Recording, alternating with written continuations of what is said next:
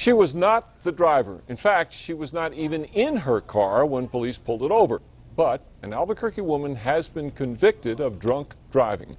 News 13's Alex Tomlin reports from the Newsplex on a new development in DWI law that everyone better be aware of. Alex?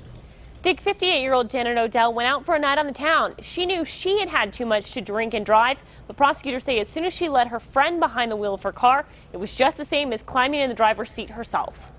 Employees at this Boston's restaurant knew Paul Carroll shouldn't be driving. In fact, they called deputies to the pizza shop when they saw him behind the wheel back in March.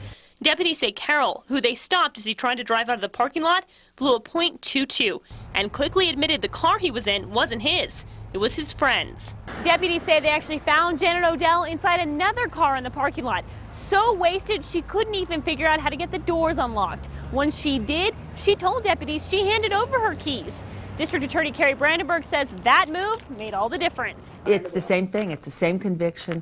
Even though Odell wasn't in the car with Carroll, last week she was convicted for his DWI. And our Court of Appeals has established with recent cases that yes, there is accomplice liability, and yes, these individuals are going to be held accountable as the person driving the vehicle is held accountable and charged with DWI. Odell was convicted on the same charge infamous passenger Alfred Lovato is awaiting trial on. He could still be held accountable for not stopping his friend, Santa Fe attorney Carlos Fierro, from getting behind the wheel and causing a deadly DWI crash. Generally, I think that it's going to be more readily applied to those sitting in the passenger seat. I think that this case pushes it out a little further. In fact, she says the law is so open to interpretation, people who buy alcohol for friends and then don't stop them from driving their cars home if they've had too much could also face charges. It couldn't in 10 or 20 years be interpreted as that. Brandenburg says her office expects Odell will appeal, but they believe her conviction will stand.